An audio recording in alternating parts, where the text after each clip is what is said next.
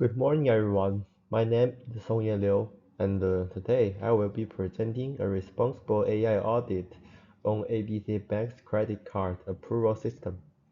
This presentation covers three main areas.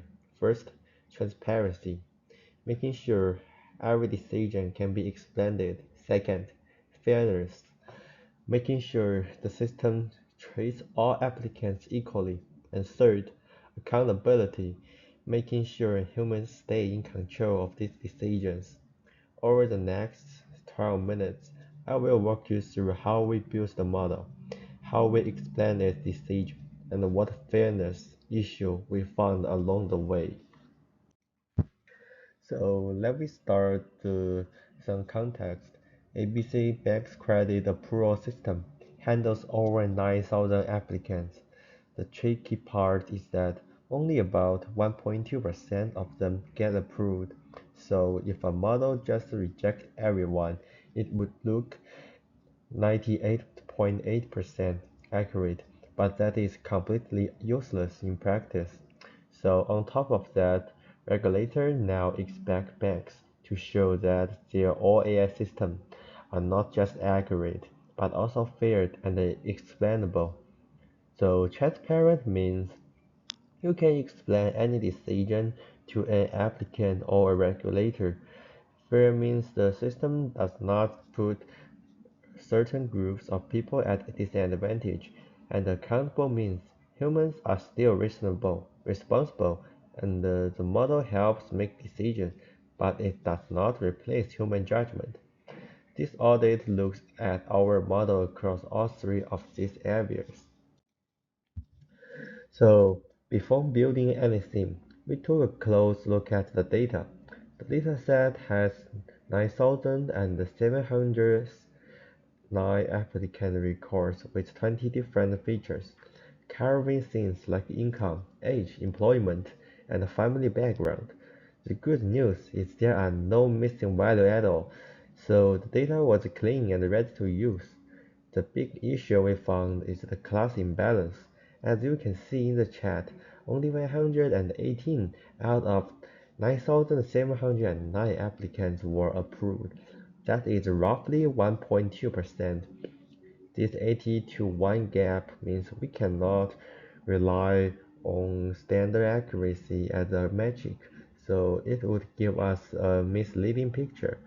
We also noticed earlier on the age, total income, and the account loans were the feature most linked to approval.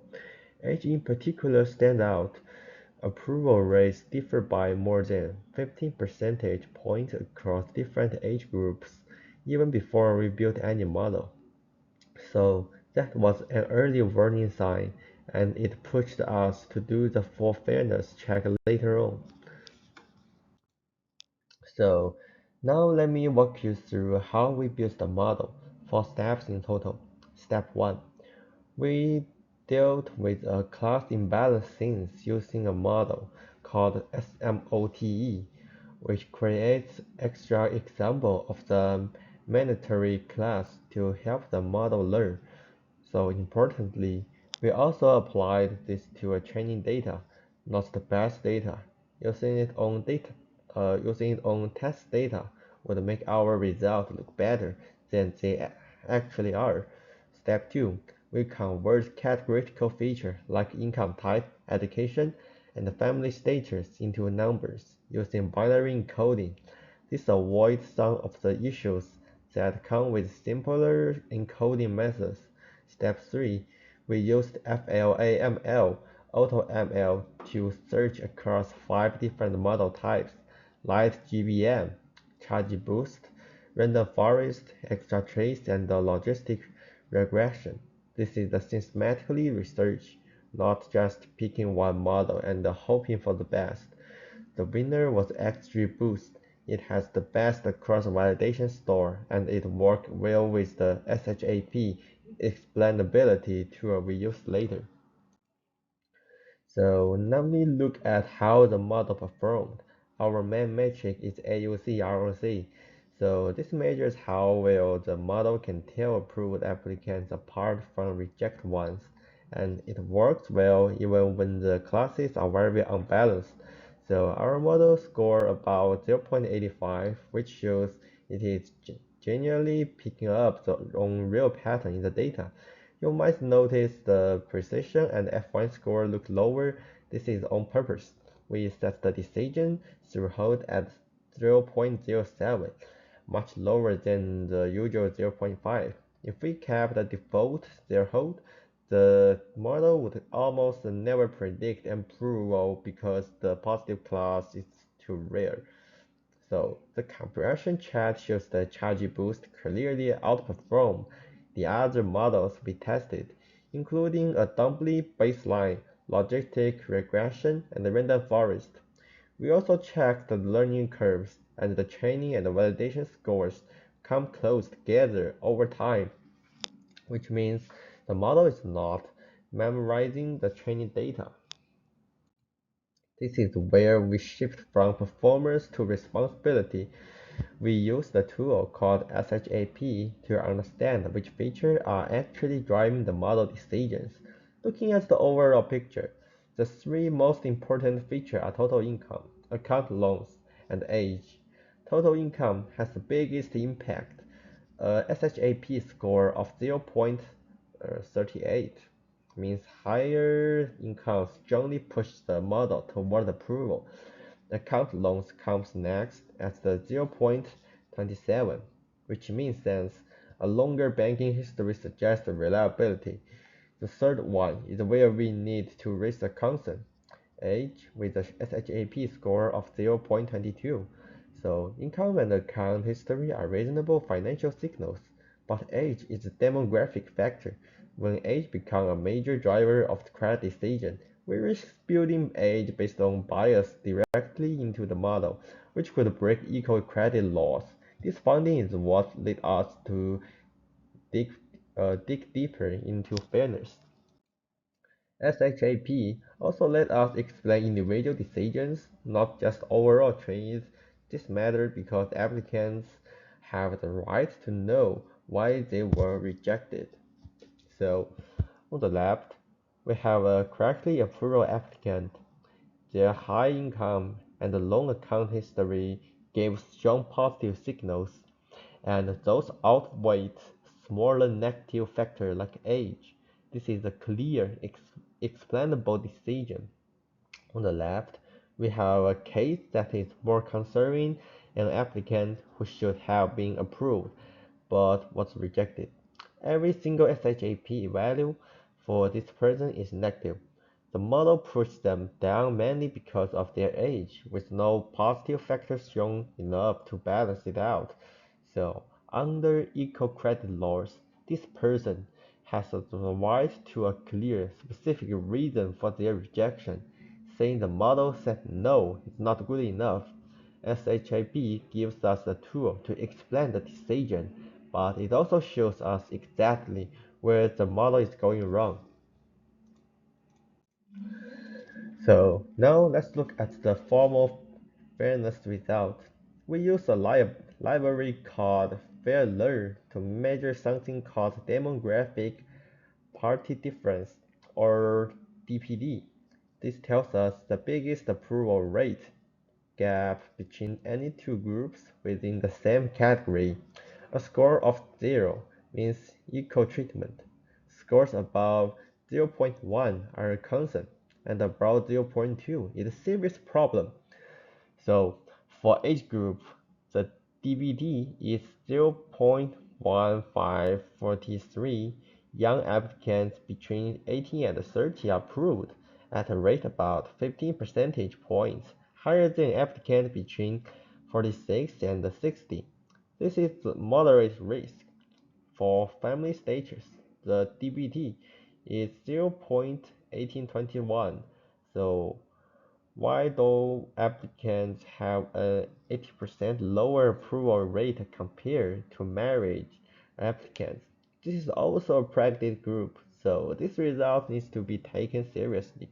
For education, the DBD is 0.0553, so which is the lowest of the three and within a acceptable range.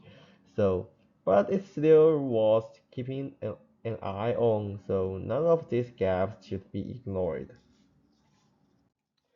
Now, let me focus on the age finding in more detail, but it is the most critical one. So, the chart shows it clearly. Applicants under 30 are approved at a rate of 2.1%, while applicants over 60 are approved at just 0.7%. So that is a 3 to 1 gap based purely on age. So when we combine this within our SHAP finding, that age is one of the top three most influential features. We have a clear problem. Age is driving model predictions, and that is creating very unequal outcomes for older applicants. So this is a legal risk. Equal credit laws prohibit age based on discrimination in leading decisions. We are not saying the model was designed to discriminate, but unintended bias still carry legal consequences.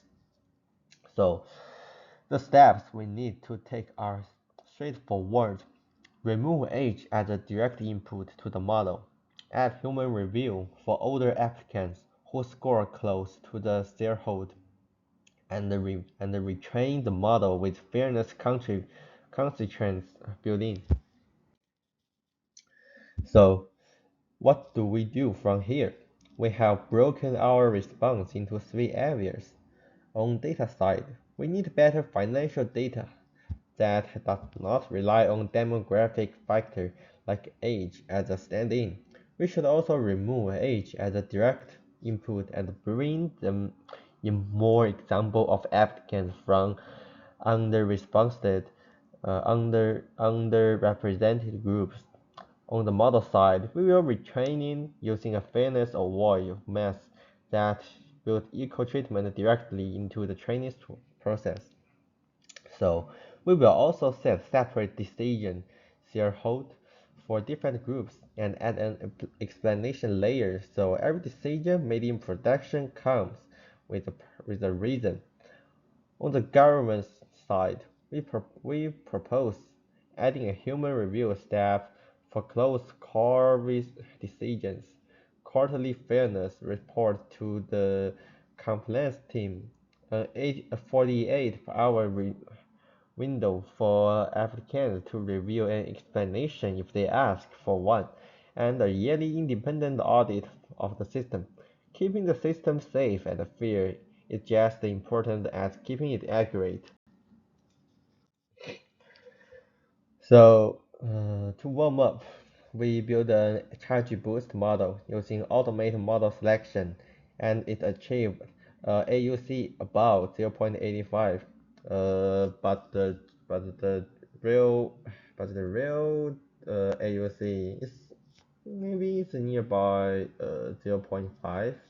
Strong performers on a very unbalanced dataset. We used SHAP to explain both the overall model behavior and the individual decisions, which supports the right to explanation under current regulation.